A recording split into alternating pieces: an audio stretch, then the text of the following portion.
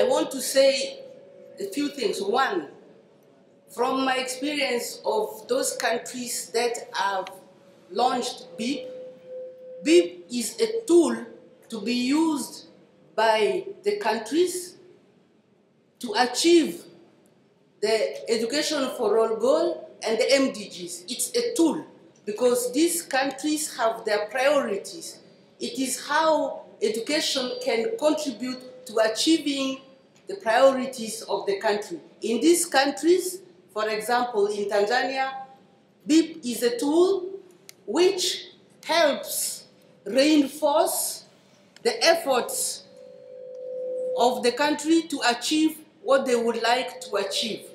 Now, the question is not in terms of how many years, it is what content, which knowledge, which value, which competencies, and how they should be organized for the learner. So it has the logic of the curriculum because you have to organize to get this knowledge, these competencies. So how do you train the teachers and the facilitators to deliver this to the learner?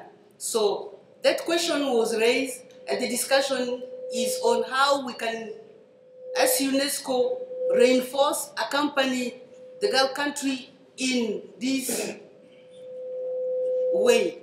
The second one is what do you focus on? It's no longer, is it a school or is it, the focus is on what should the learner learn. So it's how do you organize and how do you respond? You respond through the school system, through the school, and through the non-formal learning centers. So when you think of the program and organizing, you think simultaneously both the school and the non-formal. And in which language do you organize? So the issue of the language comes straightforward. How do you, which language? The third reflection. Now, depending on the priority of the country, for example, in Seychelles, they say, okay, what is the policy of education saying? So, inclusive education policy. How can we democratize access? And how can we democratize success? What kind of efficiency, how can we be effective? So the entry point there becomes looking at the policy. Now, in Mauritius, they are saying, okay, where do we start? Do we start with preschool? Because this is the foundation. If we have a bad foundation, what kind of basic education are we promoting? So the entry point is looking at the child, the learner. How do you, in which state the learner should be. So the entry point is preschool, but how long is not the question. It's what do you put in the program of the preschool to go forward. How long will, it's a challenge because it brings us to saying, okay, 5 years, 6 years, no.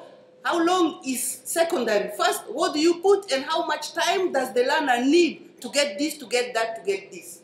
The last thing I want to say is we have evolved fantastic education system. You have the minister, you have a cabinet, you have working groups, you have a lot of reports. In this process, we have forgotten the learner. The learner is the child. At the bottom of all of this, it is the child.